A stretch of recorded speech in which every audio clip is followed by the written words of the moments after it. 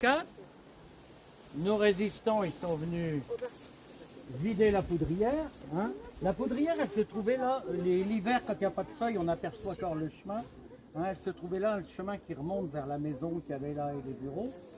Et parce que forcément on la mettait à l'écart de toute habitation. Hein, donc il y avait la poudrière et il y avait aussi une petite baraque où il y avait des pompes. Parce que des carrières, dès qu'on extrait, qu'on arrive à un certain niveau, on tombe sur les tours. Donc on pompait matin et soir. Et tout est rejeté dans la rivière. Donc le 20 juillet, ils font ça. Qu'est-ce qui se passe? Forcément, les Allemands sont au courant parce que le lendemain, le lundi matin, quand ils arrivent, il n'y a plus de poudre, on ne sait plus travailler. Parce que il leur en fallait pas énormément parce que quand ils dégageaient des blocs, parce que là ils mettaient simplement de la poudre dans les trous qu'ils avaient fait au marteau-piqueur pour dégager le gros bloc. Mais quand ils voulaient faire des granulats, mais je pense qu'à cette époque-là ils devaient faire plus de granulats pour les Allemands parce qu'ils avaient besoin pour faire leur béton. Donc là il leur fallait beaucoup de poudre pour faire exploser au maximum avant d'aller dans le concasseur. Donc qu'est-ce qui se passe? Les Allemands viennent constater. Et le mercredi 26, 6 h du matin, plein d'Allemands ici, imaginez. Ils raflent tous les gens qui sont là dans la carrière. Et au centre d'On, il y a aussi camions qui ramassent tous les gens qui partaient travailler. Et alors là, ce qui s'est passé, pourquoi qu'ils ont raflé là et qu'ils ont raflé aussi sur Fény? Parce que la résistance, elle est née dans les usines. Parce que les usines comme Sambre-et-Meuse, ils travaillaient pour qui? À cette époque-là, c'était les Allemands qui dominaient tout. On était, il faut se dire, en zone occupée, hein, donc c'était tout pour l'Allemagne. Et donc, à l'intérieur des usines, il y a eu des mouvements de contestation, il y a eu des résistants. Les premiers résistants, ils ont saboté des pièces. Ils freinaient la production. Et puis après, une fois qu'il y a eu le débarquement, ils se sont tous réunis et ils ont aidé. Ils ont aidé, c'est pour ça qu'ils ont fait sauter des voies de communication, ils ont transporté des armes, ils ont fait tout ça. Donc, voilà tous nos gens raflés, on les envoie sur Valenciennes, des interrogatoires musclés, et puis on en envoie un peu dans tous les coins. Et donc, il y en a qui ont été envoyés sur les côtes du Nord, pour justement faire toutes les fortifications du mur de l'Atlantique. Hein, je suppose qu'ils ont dû aller sur Dan, Dan et Camier, il y avait le camp de Dan, puis il y a une cimenterie et là ils avaient besoin de pas mal de main d'œuvre, donc ceux qui ont été sur les côtes du Nord, ils devaient être certainement là. Ici, notre Masure qui était là, il est parti.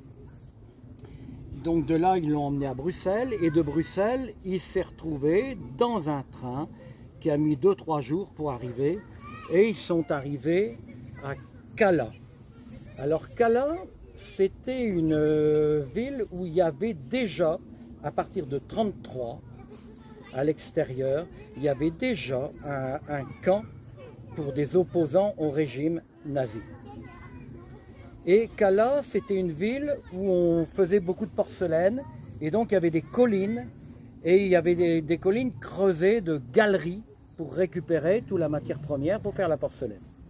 Donc il y avait à une époque, c'était Göring qui avait trouvé, comme là on était en 1944, les Alliés commençaient à bombarder l'Allemagne, il ne fallait plus que les usines soient visibles, donc de faire des usines souterraines. Donc c'est pour ça on emmenait tous les prisonniers comme ça, les résistants, pour aller travailler, pour creuser, pour faire les usines. Et alors l'usine qui était faite là à Cala, c'était pour faire les Messerschmitt. C'est le premier avion à réaction au monde qui faisait quand même 1000 km/h. Hein, c'était quelque chose d'important. Et donc, notre Masure, André Ancio, Aimé Bouillard, tous ces gens, Aimé Bouillard, c'était un gars qui habitait ici rue de la Marne. Alors moi, je ne savais pas qu'il s'appelait Bouillard, je l'ai découvert en faisant mes recherches. Je connaissais le petit Aimé, mais je ne connaissais pas son nom de famille. Et j'ai vu que le petit Aimé que je connaissais, c'était Aimé Bouillard, puisque quand j'ai vu qu'il était né à Signy-le-Petit, j'ai compris tout de suite, parce qu'il y avait sa maman qui tenait un petit café, là, et elle était, on disait toujours l'ardennaise, elle était de Signy-le-Petit. Donc j'ai recoupé, et c'était ça qui est marrant, quand on fait des recherches, on retrouve tous les trucs comme ça, et c'est des gens que j'ai connus. Et donc, ces gens-là, donc ils ont roulé pendant au moins 3 jours, pour arriver là, parce que les wagons ils s'arrêtaient de temps en temps, il fallait laisser passer des autres choses. Et quand ils sont arrivés là, ils étaient dans un camp qui était terrible. D'ailleurs, quand vous lirez le panneau, vous verrez. Il y a des gens de Buchenwald qui ont été mutés là pour creuser, parce qu'il fallait travailler vite, et qui ont trouvé qu'ils étaient plus maltraités là qu'à Buchenwald. Hein, pour vous dire, il y a eu dans les travailleurs, il y a eu environ 6000 morts. Et il y avait 15 000 qui ont été employés là, hein, donc c'est un 50%. Quoi, hein. Notre André Ancio, et puis ils étaient très peu nourris, ils avaient une petite tranche de pain, un petit bout de margarine et puis un jus. Un jus, ils ne savent pas de quoi le matin et puis le soir, vraiment pas grand chose. Donc très mal nourris, maltraités. Et André Ancio, et puis alors ils allaient travailler là dans la colline et puis ils faisaient 7 km pour rejoindre leur camp. Et André Ancio s'est sauvé. Il a été évadé pendant 8 jours et il a été repris. Et là, quand il a été repris, on l'a emmené dans un camp de punition. Et là, il a succombé après au mauvais traitement et il est mort en 1945. Hein, il est mort exactement peu de temps avant André Ancio. Mais peu de temps avant la libération. C'est ça qui est con. Alors les autres, Mazure, Bouillard et puis encore un autre du coin, eux, arrivés en 1945, un jour ils entendaient que ça se passait mal pour les Allemands et qu'on vidait les camps. Il y avait les marches qu'on appelait les marches de la mort, on vidait les camps et tout ça. Eux, ils se sont planqués. Ils se sont planqués, puis après ils se sont planqués dans les bois pendant 2-3 jours et ils ont été sauvés par les Américains. C'est comme ça qu'ils sont revenus, ça a été les premiers à revenir. Parce que les Américains les ont mis dans des trains et ils sont arrivés en gare de Valenciennes. Alors il raconte même Mazure, arrivé à la gare de Valenciennes, on lui avait donné des tickets de pain, mais il avait perdu 21 kilos.